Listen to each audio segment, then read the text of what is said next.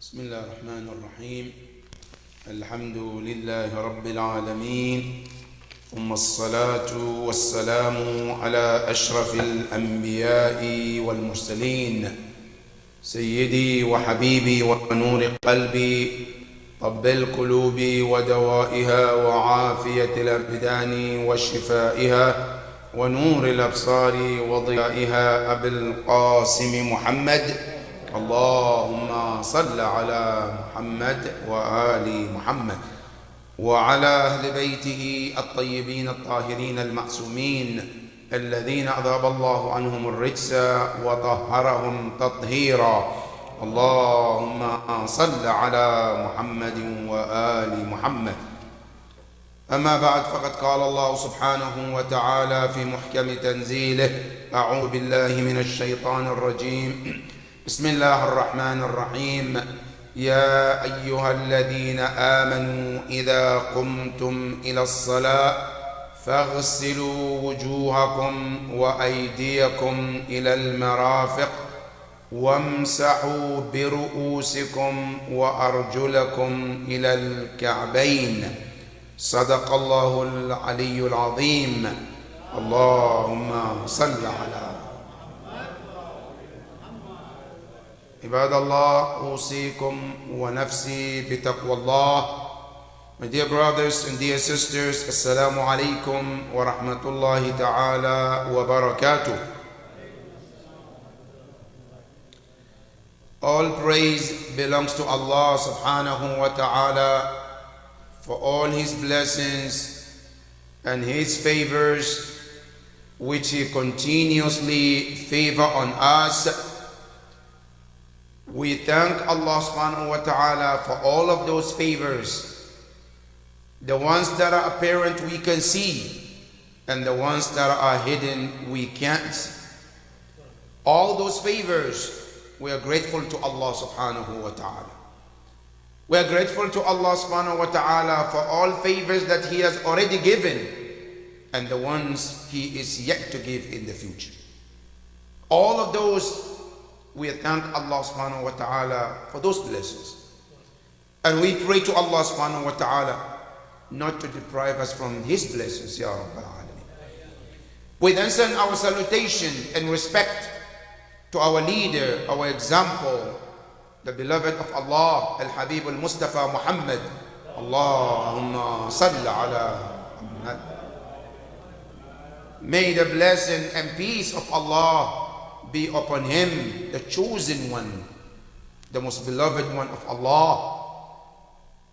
And also we send our salutation and respect to his progeny, his infallibles, his household, Ahlul Bayt alayhim as-salam. Allahumma salli. May the peace and blessing of Allah be upon all of them, and may the Almighty Allah help us to be the true followers of Allah and the Prophet and Ahlul Bayt alayhim as-salam. Sallallahu. My dear brothers and sisters, another day we are given to remind one another about taqwa Allah, about fear Allah. Now when we say about taqwa Allah, fear of Allah, what it really means with taqwa Allah is to take responsibility of safeguarding your soul from falling into sin. The actual word taqwa is an Arabic word derived from the word waqa yaqi wiqayatan. At-taqwa literally in Arabic بمعنى حفظ النفس أما يؤتم, to protect your nafs and soul from committing sin. Here there is one important message, brothers and sisters.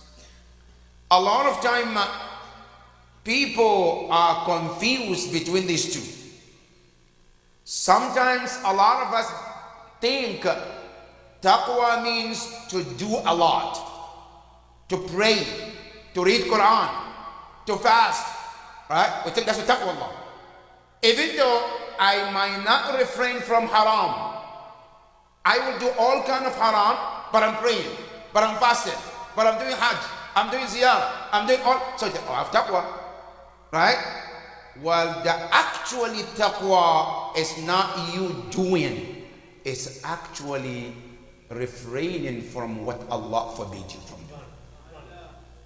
Meaning what? Meaning if you can refrain from one haram, right, and not do any mustahab, you're well off than to do many mustahabat, right, and then end up doing major sins. Because remember, major sins are more destructive. In other words, I can pray 70 years of my life, but one sin can destroy all the 70 years of good deeds.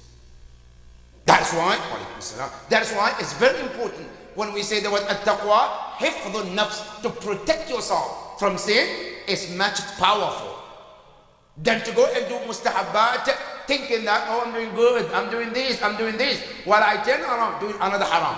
Because that one haram can destroy millions of good deeds. And if you want an example from the Quran, Iblis is one of them. Shaitan worshipped Allah in Nahj al-Balagha. Imam Ali says, Abadallah sittina aman la yudra amin sinin al-dunya am sinin al-akhirah. Imam Ali says, this shaitan that you see, he has worshipped Allah 6,000 years. 16,000. 6,000. And he says, these 6,000 years, it's not clear whether it's the days of dunya or the days of akhirah. But all these 6,000 years, one sin erased everything. One sin. Doesn't need to do 20, 30, right? One sin, and he lost everything. So, at-taqwa is more to protect yourself from not to commit sin. And if you're able to do that, that is the first step of taqwa. May the Almighty Allah subhanahu wa ta'ala help us to do so, Ya Rabbal Alameen. Ya Allah, give us the tawfiq to always see you in everything which prevent us from committing sin and going against your will, Ya Rabbal Alameen. My dear brothers and sisters, as we mentioned last week, our khutbah today is a continuation of last week. As we started a series of discussion and research in regarding to Ayatul Wudu. And the reason why actually I am talking about this in this khutbah, for two reasons. Number one is so that we all know why we're doing what we're doing. حتى نكون على بينة من أمرنا, which means I know why I'm doing this, not because my mom and dad taught me that, or my Maulana said that's how it's going to do. No, so that you know it why you're doing. So Yawm al-Qiyamah, you say, Ya Allah, I came to understand that this wudu is how you want to do. That's it. That's hujjah. Alright? That's number one. Number two, also because there are some people who are scholars, you want to call them, speakers, you want to call them, whatever title you want to give them, they are there also spreading a wrong information to the world and to the people. And this actually is not right.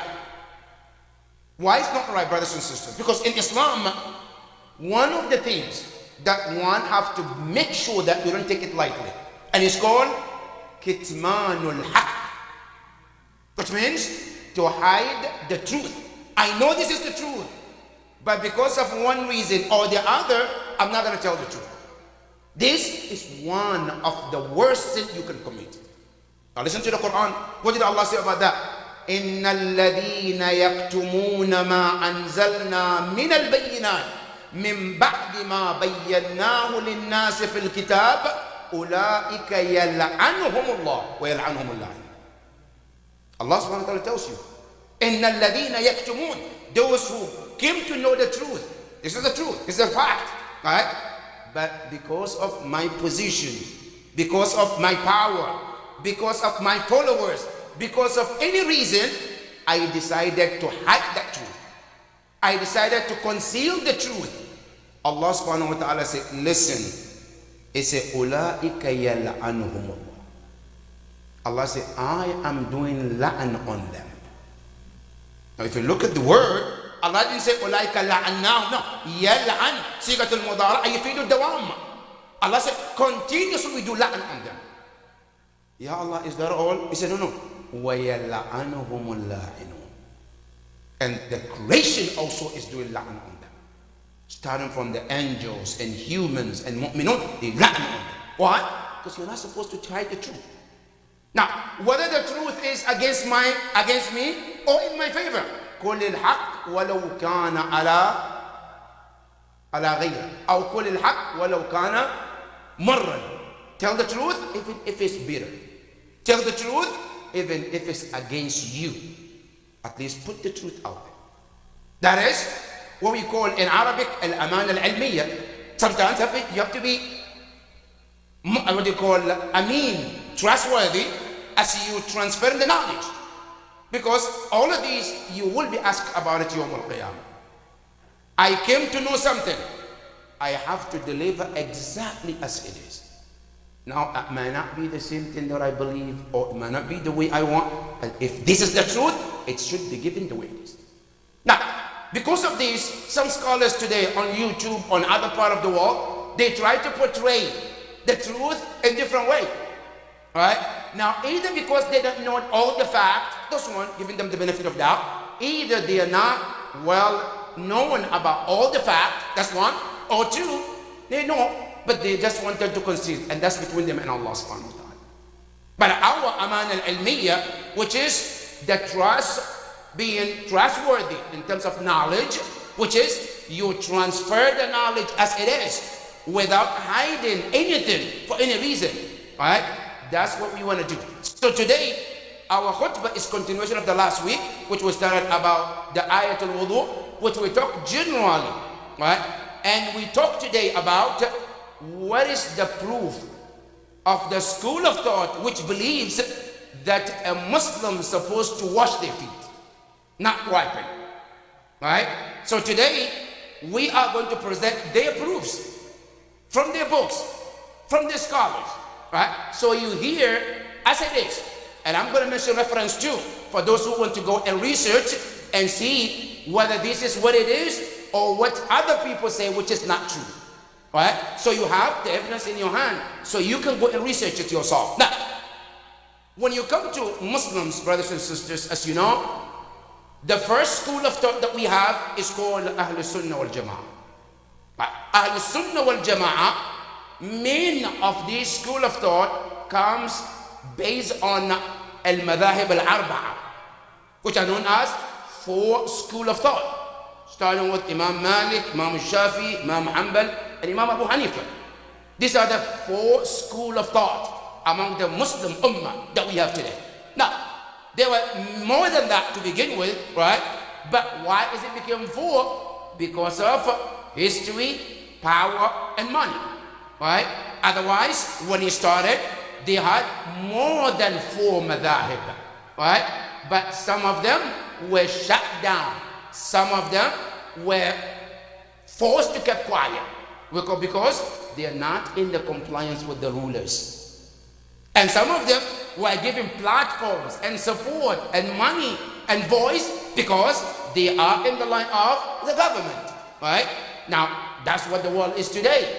Now, whether you know or not, even today, if something is to come, who is the government normally calls?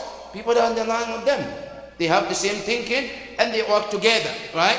Now, if you are opposition, do you think they're going to call you to come on CNN or to come on any BBC? Of course they're not, right? So that's the fact. So this fourth school of thought, they agreed that a Muslim in wudu should wash. Okay? They all agree. Imam Malik, Imam Abu Hanifa, Imam Shafi'i, Imam Hanbal, they all agreed that wudu should be washing and not wipe. Okay? So when you see the Ahlul Sunnah wal Jama'ah, they wash because of this reason. Now, what is the proof from the Quran why a Muslim should wash and not wipe? Here, they have many proofs. Okay? Proof number one, they call it mansukh. Now, what does it mean, mansukh? Mansukh, they said, we believe that when the Islam prescribed wudu was to wipe to begin with. But at some point, it was changed. Because you know, in the Quran, we have what we call al-nasikh wal-mansukh. Al-nasikh means what? A verse will come to proclaim something, or to come to teach a specific thing. Then later on, another verse comes to wipe the effect of that verse. Okay? Now we have many ayahs in the Quran in that. For example, when you go to the Quran, Allah subhanahu wa ta'ala says, Ya ayyuhalladhina amanu la taqrabu as-salata wa antum sukara. When Islam started, Muslims were allowed to be Muslims and drink alcohol. Alcohol was not haram to begin with. Right? So Allah subhanahu wa ta'ala, at some point, He sent this verse and told the Muslims, you can drink alcohol, but one thing you have to observe, and that is make sure that at the time of Salah, you're sober. Right? So you want to drink early in the morning after Fajr, go ahead. Right? But drink and you make sure that you gauge, right, this amount of alcohol. By the time Dhuhr comes, inshallah, I'll be sober. Right? And Quran tells you why you should. It says, حَتَّى تَعْلَمُوا مَا تَقُولُونَ. So that when you stand in Salah, you know what you're saying. You know what that means. Many of them during that time, when they drink alcohol, they come into the Salah and they didn't even know what they say. So to prevent that, Quran told them, okay, drink, but you gauge it. At the time of Zuhr, make sure that you know what you're saying. Right? So that was the first ayah that came. Then later on, another ayah came, which says, إِنَّمَا الْخَمْرُ وَالْمَيْسِرُ وَالْأَزْلَامُ رجس من عمل الشيطان فاجتنبوه. So the ayah came secondly, and then what? Said the previous verse is no longer effective. So if you read that in ayah, don't say, oh, so now I can get a liquor out. No, that was then. Right? So that ayah, the first one is called mansukh. Now the second one is called nasikh. Right? So we have many of these ayahs in the Quran in many places. Now, so they said that the first scholars who believe in that, they said this ayah which talks about wiping, yes, it was there, the way it is. It means to wipe, right? But later on, it was mansukh. Now, which scholars talk about this? Who are those? I'm going to share with you some of the references. Now, one of the scholars who believe in that is one of the scholars known as Sahawi. Okay, Shaykh As-Sahawi, and another scholar which is known also Ibn Hazm. Okay, these two scholars are well known among the scholars of Al-Sunnah who mentioned that this verse, yes, we believe it used to be wiping, but no more. Right? Now, what is the reference? You check Tafsir Al-Manar. Tafsir Al-Manar is one of the scholars of Al-Sunnah wal Jama'ah. In that tafsir he mentioned, volume number 6, okay, and page 228. Okay, so Tafsir Al-Manar, volume number 6, page 228. On that page, he mentioned what we're talking about, right? That the first opinion among the Al-Sunnah wal Jama'ah is that this verse is no longer effective. Now, question. Now, we know the ayah is there. Now, what made it mansukh? Right? Because they say mansukh. Now, what made it mansukh? They say hadith Rasulullah. Okay? Now, there's no ayah in the Quran. They can prove that this ayah was the ayah that came to abrogate the effect of the previous one. They say hadith. Now, what hadith? They also mentioned the hadith in Sahihain, which is Sahih al-Bukhari and Sahih al-Muslim. Right? Now, what did they say? They said that hadith was quoted by a man called Ibn Umar, where he says, تَخَلَّفَ عَنَّا رَسُولُ اللَّهِ. We went to a trip, right? And Rasulullah came a little bit late. He was with us, but we were ahead. So Rasulullah came afterwards, was فِي سَفْرَةٍ, in a trip, فَأَدْرَكَنَا. The Prophet finally caught with us, right? They say, وَقَدْ أَرْهَقَنَا الْعَصْرُ. Well, we were very tired during the day because it was very hard during the daytime, we were so tired. He said, فَجَعَلَنَا نَتَوَضَّى. So the time of Salat came, so we were getting ready to make the wudu. وَنَمْسَحُ عَلَىٰ أَرْجُلِنَا. He says, then we started wiping. Now, one thing that I want you to pay attention when you read this, what he's saying is that what started was what? Wiping, not washing. So, according to the hadith, it says, وَكُنَّا نَمْسَحُ. We used to wipe. So, meaning based on this hadith, washing came up later. But what it started with what? Was wiping. Good. So he says, فَكُنَّا نَمْسَحْ عَلَىٰ أَرْجُلِنَا فَنَادَى. Then we had a call from who? فَنَادَى رَسُولُ اللَّهِ بِأَعْلَى صَوْتِهِ. Then the Prophet made a call with his very high voice, right? Then he says, وَيْلٌ لِلْأَعْقَابِ مِنَ النَّارِ مَرَّتَيْنِ أَوْ ثَلَاثَ مَرَّاتٍ. Then the Prophet made a call and he says, وَيْلٌ, woe unto those who fail to wash the back of their feet during the wudu. So from that moment, we knew that now you have to wash, not longer to wipe. That is the first proof why the ulama, Ahl Sunnah wal Jama'ah, believe that it's supposed to be washed and not wiped. That's number one. Number two, which is also another scholar, which is known as Qurtubi. Qurtubi is one of the scholars of Ahl Sunnah and Mufassir as well. He also mentioned that, according, and I quote, he says, إِنَّ الْفَرْضُ فِي الرِّجْلَيْنِ الْغَسْلِ. He says, according to my opinion, right, that when it comes to the feet, it must wash, not wipe. This is Qurtubi. Because I want to make sure that we give all of them their reference. Right? Aman al-Ilmiya. So he says, based on my knowledge, it must be washed when it comes to the feet in the wudu. وَهَذَا مَذْهَبُ الْجَمْهُورِ. And he says, this is majority of the scholars. Of whom? Of Ahl Sunnah wal Jama'ah. Right? It says, وَكَافَةُ الْعُلَمَاءِ. And all the scholars, he says. And all the scholars were on that. Now, what is the proof? He mentioned also, لِحَدِيثِ رَسُولِ اللَّهِ الَّذِي قَالَ فِيهِ وَيْلٌ لِلْأَعْقَابِ مِنَ النَّارِ. Right? So he mentioned this. Now, what is the rest, what do you call, a book that we can go back to see this? There is a book called Al-Jami' lil-Ahkam al-Quran. Okay? Al-Jami' lil-Ahkam al-Quran. And also volume number 6. And the number of the page is page 91. Okay? This is quoted by Al-Qurtubi in that tafsir. That's number 2. Now, number 3, why should you wash? We go to Fakhr al-Razi. Fakhr al-Razi is known as one of the great scholars of Ahl Sunnah wal Jama'ah. And not only Mufassir, he also known as a philosopher. Has opinion in philosophy, which scholars also take his opinion very highly. Now, Tafsir al-Fakhr al-Razi, he has a little different opinion. What does he say? He says, I believe it should be washed, not wiped. Right? Why? He said, because when you wash, automatically you wipe it too. Right? So it's like washing is a combo between the two. Right?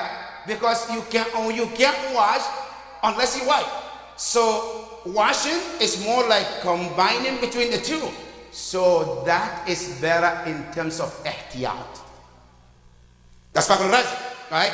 Now let me quote you what he says. He says, Al-ghuslu mushtamilun ala al-masah. Washing contains wiping too, right? And then he said, wala yan'akis. And you cannot wipe, and wiping cannot be containing wash too. Meaning, if you wash, automatically it's like you wiping too. But if you wipe, you are not washing. That's the philosophy of Fakhr al-Razi. So he says, وَلَا يَنْعَكِسُ مَكَانَ الْغُسْلِ. So if you wipe, it cannot replace like washing too. This is أَقْرَبُ إِلَى الْإِحْتِيَاطِ. So this opinion of mine is much closer to ihtiyat. Right? So at least it's like you want to say, like if you wash, it's like you're doing both. So if Allah wants washing, you did it. If He wants wiping, it's part of it too. So at the end of the day, you're doing something Allah expects you to do. That's Fakhr al-Razi. Now, So he said, not only that, he said, فَوَجَبَ الْمَسِيرُ إِلَيْهِ. And I'm quoting Fakhr al-Razi, right? He said, فَوَجَب, based on my opinion, it's wajib to go by wash. Not wiping. Fakhr al-Razi. He said, وَعَلَى هَذَا الْوَجْبِ يَجِبُ الْقَطْعُ بِأَنَّ الْغَسْلَ الرِّجْلِ يَقُومُ مَقَامَ الْمَسَاحِ. He said, because based on this, I believe washing nose is much better than to wipe because it contains both of them. Now, that's the theory of Fakhr al-Razi. When you check the tafsir ayat al-ghusl that we just mentioned in Surah al-Ma'idah, he talks about all of this. Now, that is what you call madhab al-ghusl. Good. The fourth one, the fourth proof also, which is now has to do with the what we call al-lugha, the language and the grammar. They said it must be washed. Why? Because of the siyaq al-jumla. The way Allah put the words in the Quran, it must be washed and not wiped. How? Now bear with me. The ayah says, Ya ayyuha alladhina amanu idha qumtum ila salat faghsilu. Right? Faghsilu. Now faghsilu in Arabic is called sighatul amr. Okay? Al-amr. So come on, wash. Now what's what? Wujuhakum. Now those who know Arabic, they understand this. In Arabic there is al-fi'l, al-maf'ul, al-fa'il. Okay? Now which means in every sentence there are three components you have to make sure that it's there. If the jumla is called jumla fi'liya, okay? Because let me take you back a little bit. In Arabic, every sentence is two types.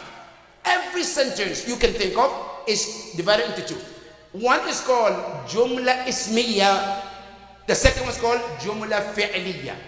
Right? Now, jumla ismiya means what? It's a sentence that you put together and it's all about nouns. There is no verb in it. For example, I said, Aliyun waliyullah. It's a sentence, right? Ali is a noun. Wali is a noun. Allah is a noun. Now, there's no verb in it. Now, this in Arabic is called jumlatun ismiya. It's a sentence which contains all what? Noun. Okay? That's number one. The second one is called jumla fi'liya. And jumla fi'liya is a sentence that contains a verb. Now, if a sentence contains a verb, then it has to have three things. One is called al-fi'l, two is called fa'il, and the third is called maf'ul bih. Okay, now al-fi'l means a verb. Al-fa'il means the actor of the verb, right? And then the fourth, where the action took place. These are three things. Now, for example, give you an example. If I said, Daraba Aliyun Zaydan, for example, Daraba is the fi'l, Aliyu is the fa'il, Zaydan is called maf'ulun bih, which means you have a verb which is the action, the beating, right? And the one who acted the beating, and the one who got beaten, right? Now, the verb which is daraba is called fi'l in Arabic, right? Now, the actor of the verb is called fa'il, the actor. Good. The third one is called maf'ulun bihi, meaning the one, the action happened on them. Okay? Which in this example, the one who got beaten, which is Zayd, right? Now, in Arabic, al-fi'l always have to be, if it's still madi, it always to come with fatha. It always have to end with fatha. For example, say, daraba, akala, wajada, qara'a. That is the rule in Arabic. Okay? Now, al-fa'il also have to end with what? Dhamma. Okay? Daraba aliyu. Katala zaydu. For example, it always have to be dhamma. Good. Now, the third one, which is maf'ul, always have to end with fatha. Okay? That's the rule. So it's have fi'il, fa'il, maf'ul. So maf'ul always have to be what? Fatha. Good. Now, this is a muqaddimah so you understand the actual wording that the Quran is talking about. Now, if this is understood, we come to the verse. Allah said, Faghsilu. Faghsilu. Wash. Now, this here, the word faghsilu is not fi'l madi. This is called sigatul amr. It's amr, it's a command. Now, al-amr in Arabic always have to end with what? Sukoon. That's the rule in Arabic. if the command in Arabic has to end with sukoon. Now, for example, I say, for example, kul, ishrab, idhab, right? Always have to end with the sukoon. That's what it is. Now, this is if the verb is mufrad, it's a singular. Now, if it's the command is plural, like with the word fagsilu, right? That fagsilu, the original word came from the word yagsilu. I don't know if this is too much, brothers and sisters. This sounds like too much grammar, right? Allah. You feel like you're in college right now taking the crash course. Anyway, inshallah khair. Now, this word, fagsilu, that word, because in Arabic, the sigat al-amr must be derived from mudara. If you want to form a command, it must come from the mudara. That's the rule in Arabic. So, how do? You have the word yaghsilun, which means they are washing. That's sigat al-mudara. Now, how do I form sigat al-amr from this? The first thing the rule says, you drop the harf al-mudara, which is the ya. Yaghsilun, right? So you drop the ya. So when you drop the ya, what do? You leave it there. Good. Now as it becomes saloon, right? Now you can't pronounce with the sukoon because the gain is the sukoon. Yag, that gain is the sukoon. In Arabic, you cannot pronounce a word which begins with the sukoon. Good. So what do? They said then to pronounce the sukoon of gain, you have to put the hamza in the beginning. Okay? So you put the hamza. Good. Now the hamza, if you put it there, it becomes what? You will give fatha or kasra or dhamma.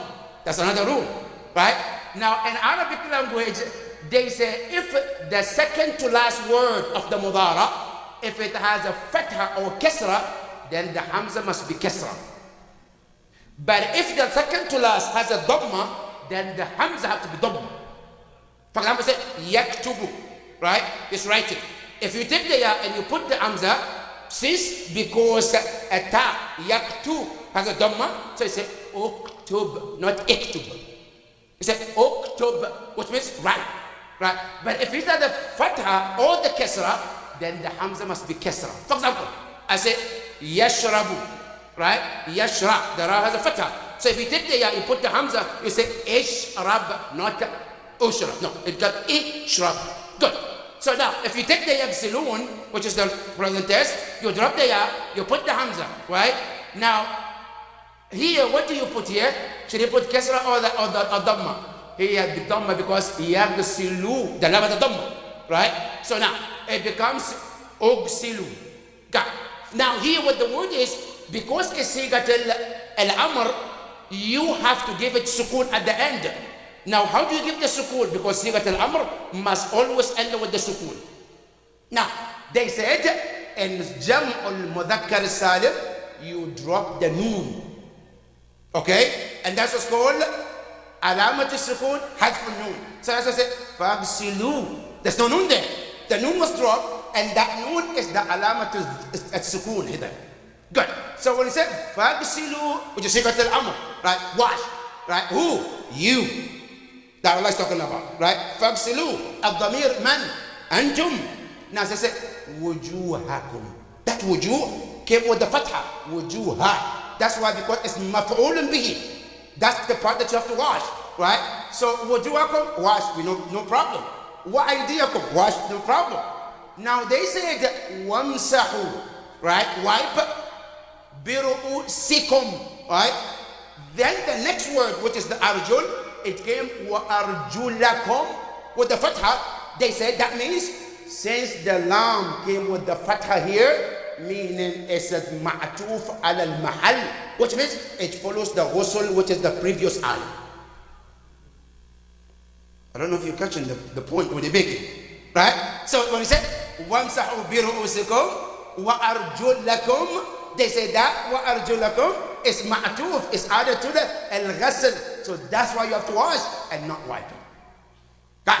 Why? Because they say if the wiping is supposed to be the case, then Allah would have said وَامْسَحُوا بِرُؤُوسِكُمْ وَأَرْجُلِكُمْ. Then it become ma'tuf ala ru'us, right? But since it came with the fatha, the only way it can match is what? The ghasl. Wujuhakum wa aydiyakum wa arjulakum. So that is why you have to wash. And you cannot wipe. That is the proof.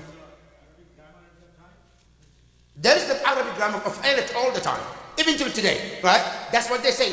But is that what the actual grammar is or not? That is something that I want you to think about. Inshallah, this is something to digest and think about it. Inshallah, next Jummah, if Allah gives us a life, we'll have a more crash course of the Arabic language so that you learn about the ayahs and how it works, so that we know what we are doing, inshallah. May the Almighty Allah subhanahu wa ta'ala give us the tawfiq, ya Rabbal Alameen, to understand the word of Allah subhanahu wa ta'ala. Ya Allah, we ask you, give us the ma'rifah of knowing your words, ya Rabbal Alameen, and help us to practice it the way you want, ya Rabbal Alameen. Bismillah ar-Rahman ar-Rahim, wal asr inna al-insana lafi khusr, illa alladhina amanu wa amilu as-salihat wa tawasaw bil haqqi wa tawasaw bis sabr. Sallu ala Muhammad wa ali Muhammad. Sallu.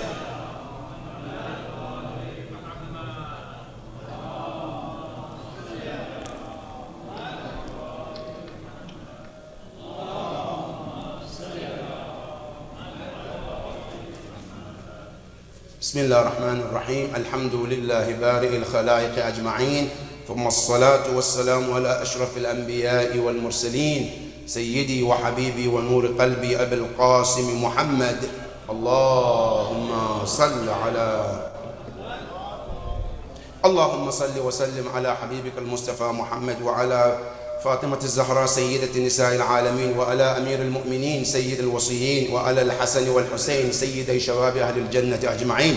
اللهم صل على أئمة المسلمين علي بن الحسين زين العابدين ومحمد بن علي باقر علم النبيين وجعفر بن محمد الصادق وموسى بن جعفر الكاظم وعلي بن موسى الرضا ومحمد بن علي الجواد وعلي بن محمد الهادي والحسن بن علي العسكري والحجة بن الحسن المهدي. حججك على عبادك بهم نتولى ومن أعدائهم نتبرأ. اللهم عجل لوليك الفرج إنك سميع مجيب. الله.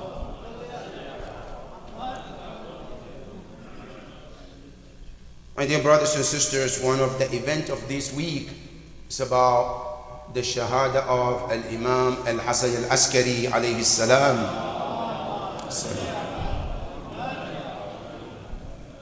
His great Imam, as you know, he lived a very short lifetime. As a matter of fact, he is the youngest Imam to live after the first youngest Imam to live.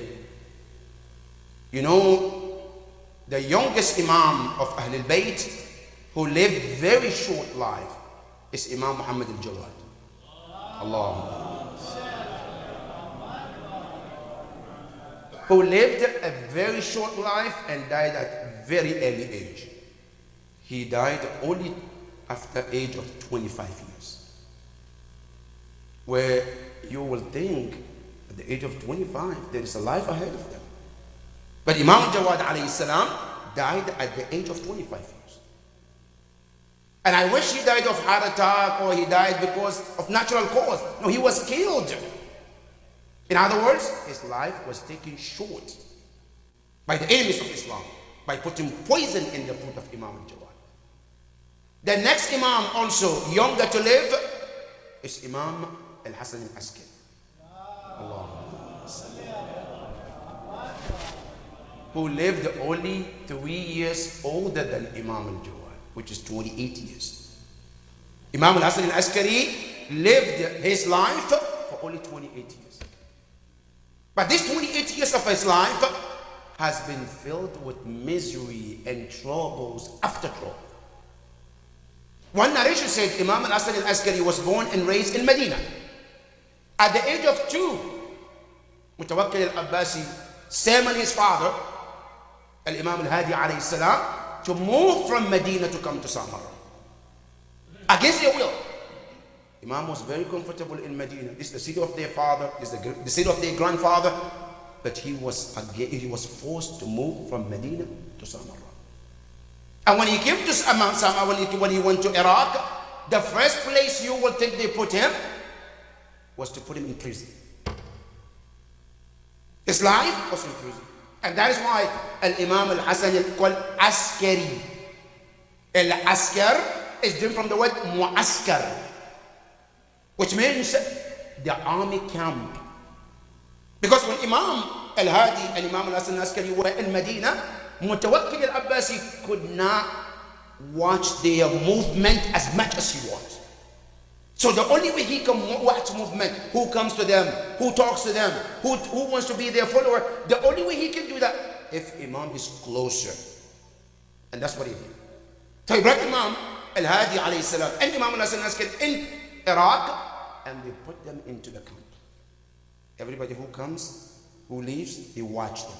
They see them. And not only that, so they can intimidate also the Shia of Imam alayhi salam. Because who will feel comfortable to keep walking into the camp where there's armies surrounding them? And Imam Al-Hadi alayhi salam, he is the he's the third Imam who was put into prison. You know, we have 4 Imams who went to jail. 4 Imams lived in prison. The first Imam to be put in prison is Imam Ja'far al-Sadiq alayhi salam. Allahumma salli. The next Imam to be put in prison is his son, which is Imam Musa al-Kadhim, which has even worse than all of them. Imam Musa al-Kadhim was put in prison more than 20 years. And those prisons, some of them he couldn't tell day and night. It got to the point where Imam Musa al-Kadhim was asking Allah to rescue him from these people. That was how worse the situation was. Then Imam Al-Hadi alayhi salam was put in prison too. Then Imam Al-Hasan Al-Askari was in prison too. But Imam Al-Hasan Al-Askari, his imprisonment was a little different compared to the others, to the point where Imam Al-Hasan Al-Askari, he was not allowed to even give a talk or answer questions. That's how he was restricted. So Imam Al-Hasan Al-Askari, what he used to do is to write. That's why when you go to Bihar al-Anwar, all Imams, you say, قال الإمام علي, قال الإمام الحسن, قال الإمام الحسين, قال الإمام باقر, قال الإمام جعفر, قال الإمام موسى, all of them قال. But when you come to Imam al-Hasan, you say, كتب الإمام الحسن العسكري. This was different. He wrote. Many of his sayings is about writing, not scholar, because of his circumstances. Finally, when they found there's no way to deal with Imam at the age of 28, they put a poison in Imam. And the most difficult part is his son, Al-Imam Al-Hujjah, who was only at the age of 5 years, and watching his father is dying by poison and has to take the leadership at that age. Many of us have enjoyed fathers in our lives, but Imam Al-Hujjah didn't. At the age of 5, he has to lead the janazah of his father. He has to wash his father. And his father didn't die because of maybe he got a heart attack or sick. He was poisoned. Peace be upon him on the day he was murdered. Peace be upon him on the day he was resurrected, inshallah. And also, after the martyrdom of Imam Al-Hasan Al-Askari, also the beginning of the Imam of Imam Al-Hujjah, Ajjalallahu Ta'ala Farajahu Al-Sharif, also started. After the martyrdom of his father, his Imamate started. May the Almighty Allah hasten his appearance, Ya Rabbal Alameen. May Allah give us a life to see the day he appears, Ya Rabbal Alameen. And may the Almighty Allah give us the tawfiq to be among the servant of his government, Ya Rabbal Alameen. The other thing is, brothers and sisters, is about Eid al-Zahra, which I would like to congratulate all mu'mineen and mu'minat for this arrival of Eid, or Farhat al-Zahra. May the Almighty Allah give us a long life to see more years to come, which is to mark the happiness of Ahlul Bayt alayhim salam. May Allah subhanahu wa ta'ala give us the tawfiq to join in happiness of Ahlul Bayt and join whatever also is the sultan of Ahlul Bayt alayhim salam. And I want to take this opportunity to thank the entire community for the entire month of Muharram and Safar, that all this dedication coming in and out from programming, starting with our trustees, Allah bless them and bless their effort, and coming to also our board of directors who are doing so much to make sure that this Muharram and Safar went successful in terms of planning and programming, beginning and ending. May the Almighty Allah bless their tawfiq, Ya Rabbil Alameen, and give them more strength and more life to serve Ahlul Bayt alayhim salam. And also thanking our community who were the volunteers, who did work behind the scene, who did work in front of the line in terms of the parking and arranging food, sponsors, all of them. Trust me, all of this effort wouldn't go in vain. Your thawab is on Ahlul Bayt alayhim salam, and they will give you the best reward in this world before the hereafter. May Allah subhanahu wa ta'ala protect our community, and always may Allah subhanahu wa ta'ala uplift us spiritually. May Allah subhanahu wa ta'ala bring us closer to Ahlul Bayt alayhim salam, inshallah. And the last not the least is about the devastating that happened in Afghanistan. This Hazara community that was attacked again is very heartbreaking. Our heart and minds and thoughts goes to all of them. All of those who died in this tragedy, Ya Allah, elevate them to the level of Ahlul Bayt alayhim salam. And the families of those who lost their loved ones, Ya Allah, give them the patience, Ya Rabbil Alameen. May Allah subhanahu wa ta'ala protect the rest of the ummah, Ya Rabbil Alameen. Also, our brothers and sisters here in Florida, which was very, very bad situation. You look in the news, last time I saw there was almost 100 people who lost their lives. And the number kept going up and up. People lost so much. It's very heartbreaking to see any human being going through such. This is something that we pray to Allah to protect all humanity, Ya Rabbi. Those who were affected, Ya Allah, help them and help those who help them to help them, Ya Rabbi. Ya Allah, those who are not affected, Ya Allah, protect them, Ya Rabbil Alameen. And we pray to Allah to protect all humanity across the world, Ya Rabbil Alameen. And again, this is a good cause for all mu'mineen. If you find a good organization who can reach those individuals who are hurt in this and give them your donation, it's a highly recommended. Remember, sadaqah is not only for Muslims. Sadaqah can go to non-Muslims too. And Quran talks about it. So if you find somebody who's needy, not Muslim, and you know that they deserve, you can give them sadaqah, and it's within the law of Islam, inshallah. May Allah subhanahu wa ta'ala accept our praise, Ya Rabbil Alameen. Bismillah ar-Rahman ar-Rahim. Inna a'tainaka al-kawthar, fasalli li rabbika wanhar, inna shani'aka huwa al-abtar. Sallu ala Muhammadin wa ali Muhammad.